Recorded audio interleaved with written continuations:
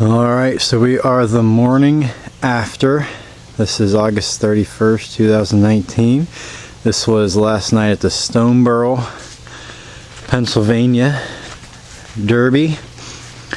The Falcon 1, as we've dubbed her, had a good run. She went down fighting.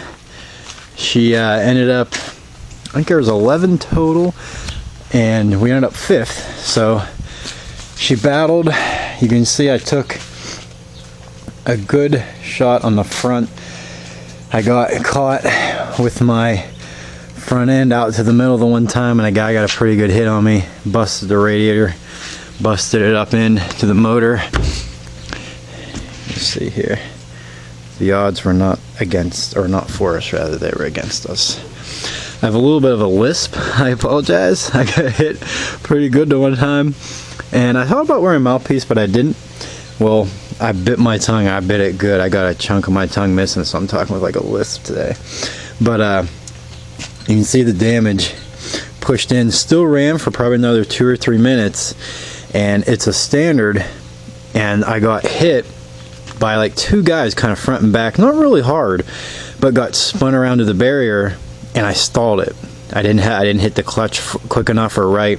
I stalled it, and it wouldn't refire. And I thought it might refire this morning after it cooled down. It's still turning over, but she's not refiring. So she gave everything she had. Again, the damage, I had a lot of damage on this side. This wheel, you can see the CV shaft still, it seems to be engaged. They bent the wheel. This was actually the last hit when I stalled it, and then I had a guy hit me right here whenever I was against the barrier, and I didn't refire. So that wasn't actually till the very end. You can see she folded up pretty nice. This wheel, almost right away, was hit into the sheet metal there around it, but I was still sliding pretty good, even though they really didn't water the track down. It was a fast, hard track, and there was a ton of high-speed collisions. Not only in my group, I took one really good shot. It was when I bit my tongue. I just didn't see it coming, and I was having a good time there. I was laughing about something, I don't even remember, and he hit me, and I bit my tongue. I bit it good. I got a chunk missing. So she folded up good. I was sliding along good. The frame, and again, I made a video before, you know, you want to be like this. Well, I was kind of like this. Well, after a hit or two, I was really like this. So it was hard to, especially backing up, make it do what I wanted it to do. And I wanted, whenever I got in trouble and took a shot in the front, I was trying to get to the other side, and I kind of spun myself around because I overturned it, trying to correct because I was bent. Took a shot on the front that eventually did me in. As I mean, you can see here, tank's inside the cage. It got pressed a little bit there, certainly got pressed there, but I'm still not quite up to the cage, so I still had a little bit of body in the back to smash, not much. And the battery's still good. It's just that standard, and whenever I got spun around there and hit the barrier, I stalled it and couldn't get it to refire. The steering wheel, the forklift guys broke. That wasn't like that. The car was trash. They're pretty rough with it whenever they jump in them and haul them out. So yeah, the Falcon 1, as we dubbed her. You can see here we had this again. This was already kind of folded up in, really folded, I mean, pretty perfect. That wheel did exactly what I was hoping it would do. It kind of bent in a little instead of bending out. This one, as it was getting hit, kind of got pressed in, but it wasn't as corrected as that one, but still really wasn't a problem. I could still back up. It was just a little tricky. I was kind of running funny as I backed up, but good run. End of the Derby season, and a note why. I mean, I'm really pretty pleased we ended up 5th, not only because she was pre-ran, and I mean, she had a lot of things going on, even though the motor was really still in good shape. Buddy helped me weld the makeshift frame that we had to make for this car because it was so rusted out up here, and he helped me weld it back right here, and it held. So I was super pleased with that. this wheel was, instead of being like this, it was angled in and leaning. So the fact that it held, again, that was the last hit that did that, I was really pretty pleased with. But this class, this was a stock compact car. There was nothing extra done in this car, just the 4-point cage. That was it. The class I was in was a modified compact class. I didn't know that till I got down there. I thought it might be, but these guys really didn't have much information online, and this was literally like 3 days before. We had some friends like, hey, we always go to this fair, you should come down and run your car in it, because I was thinking about running another derby with a group of guys, Derby Dog, that I know do stock compact all the time. It's like, oh, okay. So just kind of threw it together, got down there, and I think there was 11 total in my class. They were in a youth class too that had like 9 or 10. So there's like 21 of the compacts down there, but there's only 11 in my group.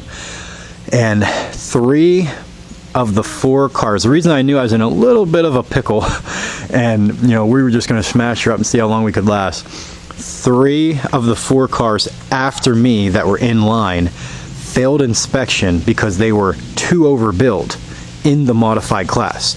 So it was already a modified class. They let guys have big bumpers on the front, not the small kind of metal ones. I mean, big full-fledged 80s car bumpers. Definitely some reinforcement. Quite a few guys, actually, 3 or 4 of them had quite a bit of work under the hood, to where, again, I'm stock little 2.2 EcoBoost. So whenever I went back to my car and I seen those 3 guys that I seen earlier fail inspection because they were overbuilt in line behind me in my class, I said, oh shoot, these boys have some above my class car. But the Falcon one went down swinging. We had a good time, even though I bit my tongue, and it hurts like a son of a gun. I took a chunk out of it. I'll probably wear a mouthpiece from now on just so I don't do that, because I still had a real good time.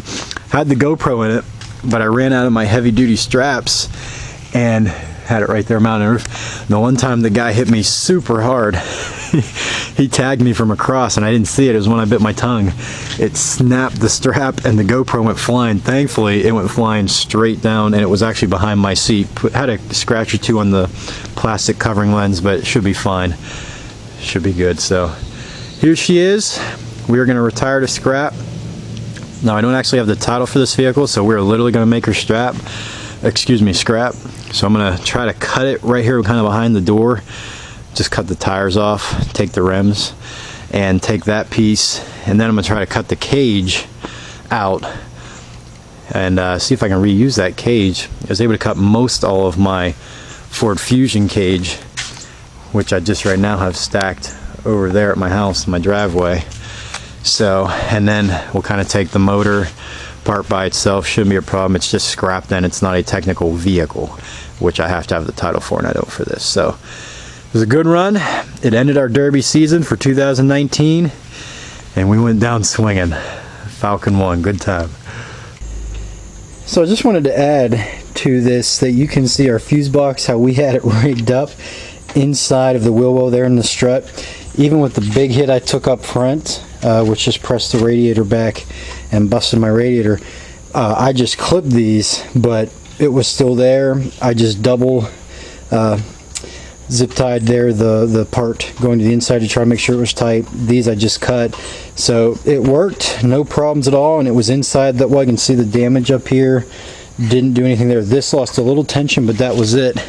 And the other thing I wanted to show as I'm about to unstrap it, you can see again my high pressure fuel lines, which I cut there, the fuel line, then ran it up in. It's kind of hard to see, it's muddy right there.